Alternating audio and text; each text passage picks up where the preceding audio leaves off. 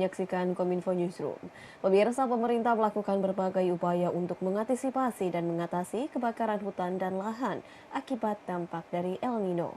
Adapun langkah yang dilakukan yakni pemadaman dan teknik modifikasi cuaca hingga penegakan hukum.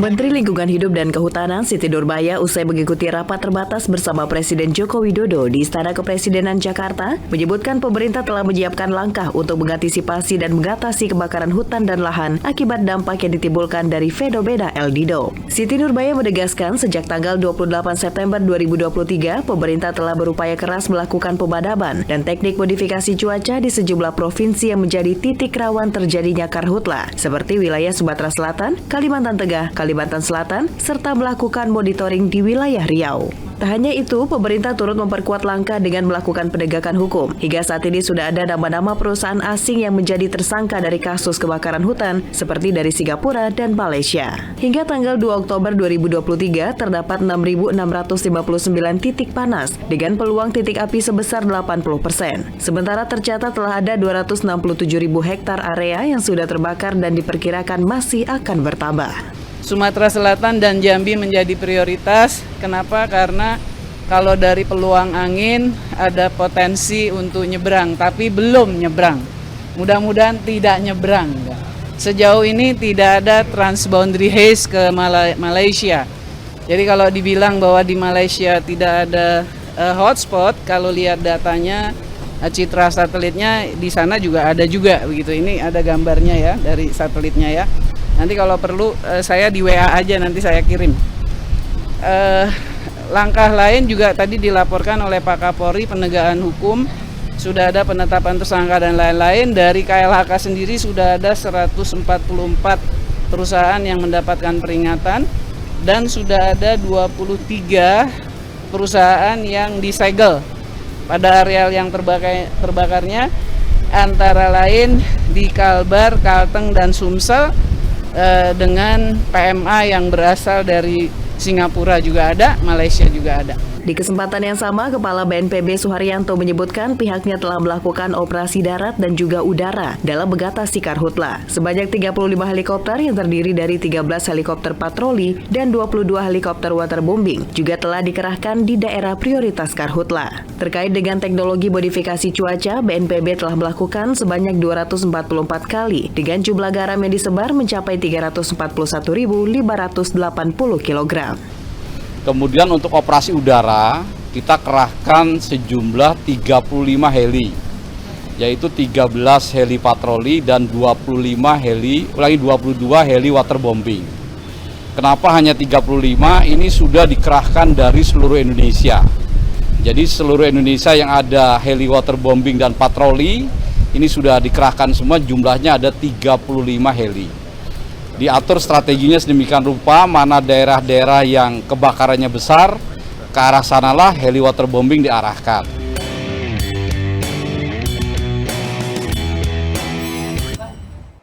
Pemirsa, Badan Meteorologi, Klimatologi, dan Geofisika memperkirakan musim hujan baru akan dimulai pada bulan November mendatang. Hal itu terjadi karena adanya angin monsun dari arah Asia yang mulai masuk ke Indonesia yang menjadi penyebab turunnya hujan di kurun waktu tersebut. Kepala Badan Meteorologi, Klimatologi, dan Geofisika Dwi Korita Karnawati mengatakan transisi musim kemarau menuju musim hujan baru dimulai pada bulan November mendatang. Ia menjelaskan hal tersebut terlihat berdasarkan pantauan data satelit terkini, di mana puncak musim kemarau yang sebelumnya diprediksi terjadi September, nyatanya masih berlangsung hingga akhir Oktober. Meski begitu, fenomena cuaca El Nino masih berlangsung diprediksi sampai akhir tahun karena adanya angin monsun dari arah Asia yang mulai masuk Indonesia pada November, menjadi penyebab hujan diperkirakan bisa turun pada waktu tersebut, sehingga diharapkan musim kemarau secara bertahap akan berkurang.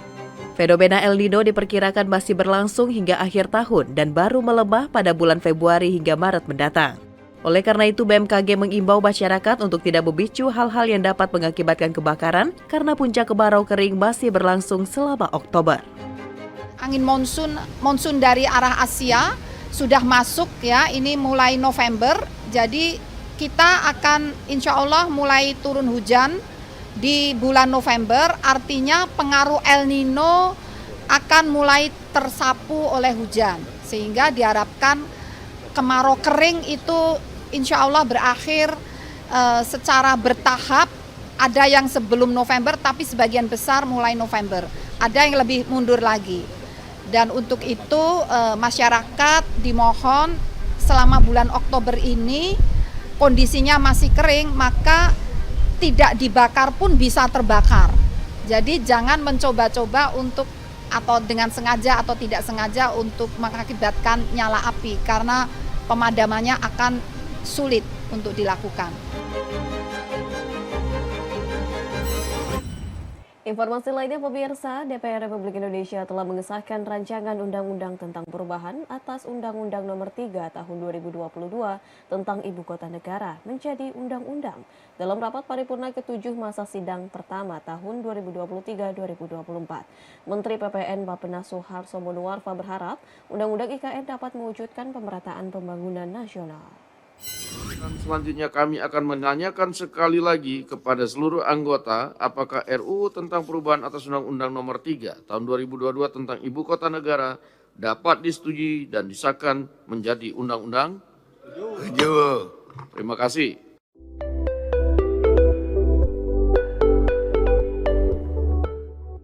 Menteri Perencanaan Pembangunan Nasional Suharto Monoarfa menyampaikan rasa syukur atas disahkannya rancangan undang-undang tentang perubahan atas Undang-Undang Nomor 3 Tahun 2022 menjadi undang-undang.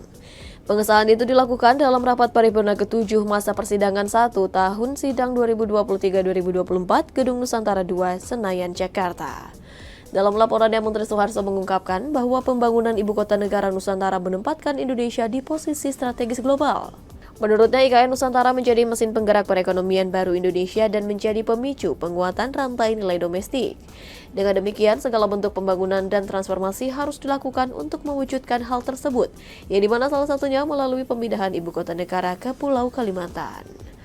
Pemindahan Ibu Kota Negara merupakan salah satu strategi untuk merealisasikan pertumbuhan ekonomi yang lebih inklusif dan merata melalui transformasi orientasi pembangunan yang Indonesia sentris.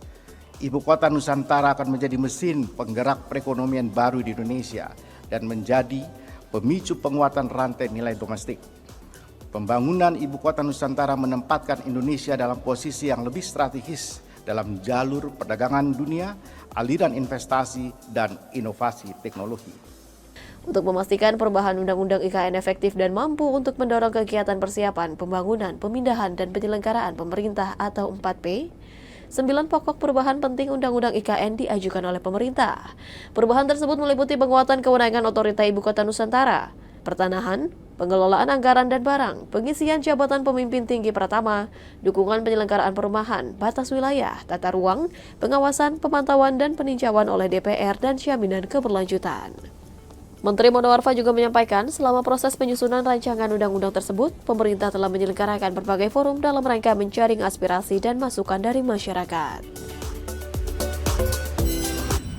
Presiden Joko Widodo menyiapkan insentif dan berbagai fasilitas untuk aparatur sipil negara yang pindah ke Ibu Kota Nusantara, Kalimantan Timur. Selain rumah dinas, pemerintah juga akan menyiapkan biaya pindah untuk keluarga ASN serta tunjangan.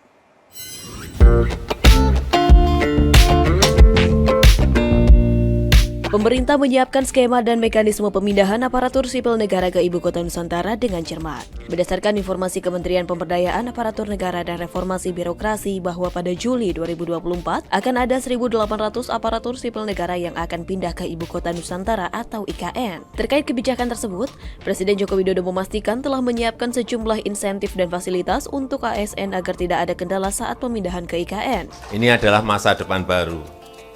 Dan sudah disiapkan insentif. Kalau nggak ada ini, alot pasti. Tapi kalau ada insentif kan beda. Rumah dinas juga ada rumah tapak maupun rumah apartemen. Biaya pindah juga diberikan suami istri plus anak. Ada tunjangan kemahalan dan fasilitas-fasilitas lainnya. Presiden menegaskan bahwa pemindahan ibu kota dari Jakarta ke IKN Nusantara untuk mewujudkan Indonesia sentris agar pemerataan ekonomi tidak lagi bertumbuh di Pulau Jawa. Menurutnya, Pulau Jawa sudah dihuni oleh 56% penduduk Indonesia yang jumlahnya mencapai 280 juta jiwa. Artinya 150 juta penduduk Indonesia berada di Pulau Jawa. Oleh karena itu, Presiden menilai daya dukung di Pulau Jawa untuk menampung penduduk sudah tidak kuat lagi, serta pemerataan pembangunan harus digeser ke Kalimantan Timur. Untuk memulainya diperlukan pemindahan ASN pemerintah pusat ke Kalimantan Timur sehingga menjadi Indonesia sentris. Memang butuh jiwa pionir.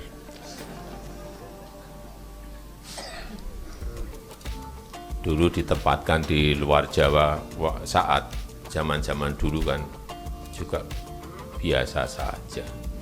Sekarang kok jadi agak rumit gitu. Kelihatannya kok agak rumit gitu. Tapi kalau nanti sudah ditunjuk bapak pindah, ibu pindah. Moga-moga semuanya selesai. Pemirsa, usai jeda kami akan mengajak Anda berdialog mengenai sekolah bukan tempat untuk perundungan anak sesaat lagi.